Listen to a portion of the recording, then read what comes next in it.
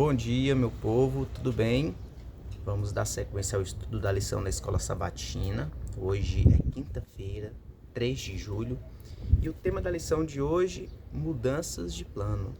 Nós vimos nas lições passadas a respeito de Moisés, do nascimento de Moisés, daquele contexto histórico, das parteiras hebreias, de como elas estavam ajudando a livrar o povo de Deus ali do decreto do rei, do decreto de morte das crianças, E nós vimos no estudo de ontem a respeito do nascimento de Moisés também, como ele foi protegido, como ele foi guiado ali pelo rio até a filha de Faraó.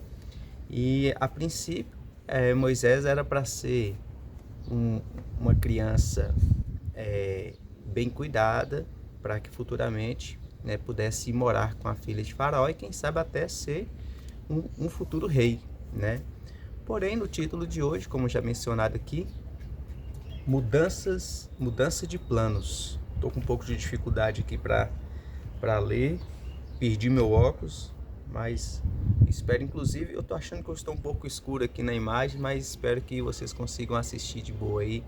E o principal de tudo, que é aprender mais da palavra de Deus, tá bom? Bom, o texto sugestivo para a leitura de hoje está em Êxodo, no capítulo 2, do verso 11 ao 25, que vem falando a respeito de como que Moisés saiu do Egito, Havia ali um egípcio que maltratava um hebreu, e Moisés, para defender esse hebreu, acaba ferindo o Egito. E a palavra que no original se refere a ferir, mas provavelmente esse hebreu morre, esse egípcio morre, Então, passa um dia, ele acha que ninguém havia ninguém havia visto o que ele havia feito, E então, passa o tempo ali, no dia seguinte ele vê dois hebreus brigando também, e ele fala assim, olha, não briguem e tal, por que vocês estão maltratando um ao outro e tal? E aí um hebreu responde, porque você está querendo ser juiz agora, vai querer matar a gente, vai querer nos matar igual matou o egípcio?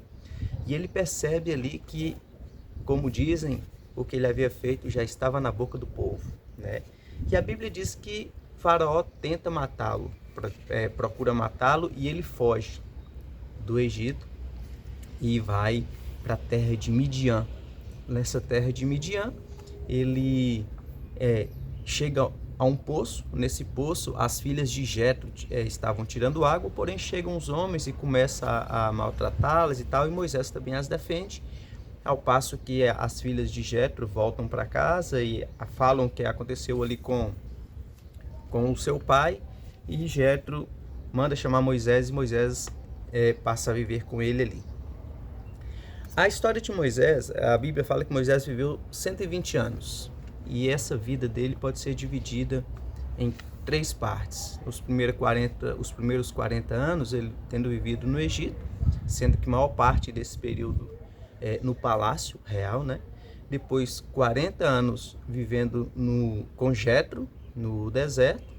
E depois mais 40 anos, que é a parte que toma mais espaço no livro de Êxodo, que é o período em que eles peregrinam pelo deserto, ele com o povo de Deus, Então, 40 anos no palácio, 40 anos com Jetro no deserto e 40 anos peregrinando com o povo.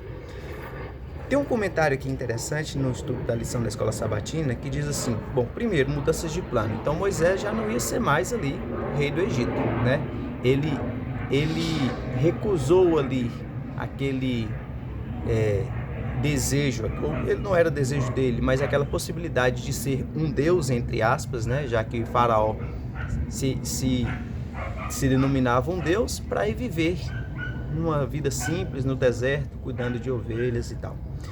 E aqui no comentário da lição diz assim, após o assassinato, Moisés não teve escolha, pelo menos no que diz respeito a permanecer no Egito. Assim, qualquer que fosse os planos que ele ocupasse o trono do Egito e se tornasse um deus, esses planos foram rapidamente destruídos. E Ellen White comenta que a respeito também dessa fuga de Moisés, o motivo da fuga, porque assim, imagina, o filho do rei, mata um egípcio, um tal, talvez ele não seria, a princípio ali, o faraó já não procuraria matar por causa disso. Era o filho do faraó, né? Adotivo, que seja.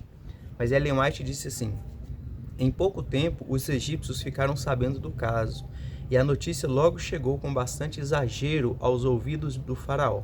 Disseram ao rei que esse ato significava muito mais e que Moisés planejava liderar seu povo contra os egípcios, derrubar o governo e assentar-se no trono. Disseram também que não poderia haver segurança para o reino enquanto Moisés estivesse vivo. O rei determinou que ele deveria morrer imediatamente, mas Moisés, percebendo o perigo que corria, fugiu para a Arábia. Está em Patriarcas e Profetas, na página 206. Então vejam, tem uma outra pergunta para consideração aqui. Será que Deus, era plano de Deus que Moisés matasse aquele egípcio? Será que era? Eu acredito que não.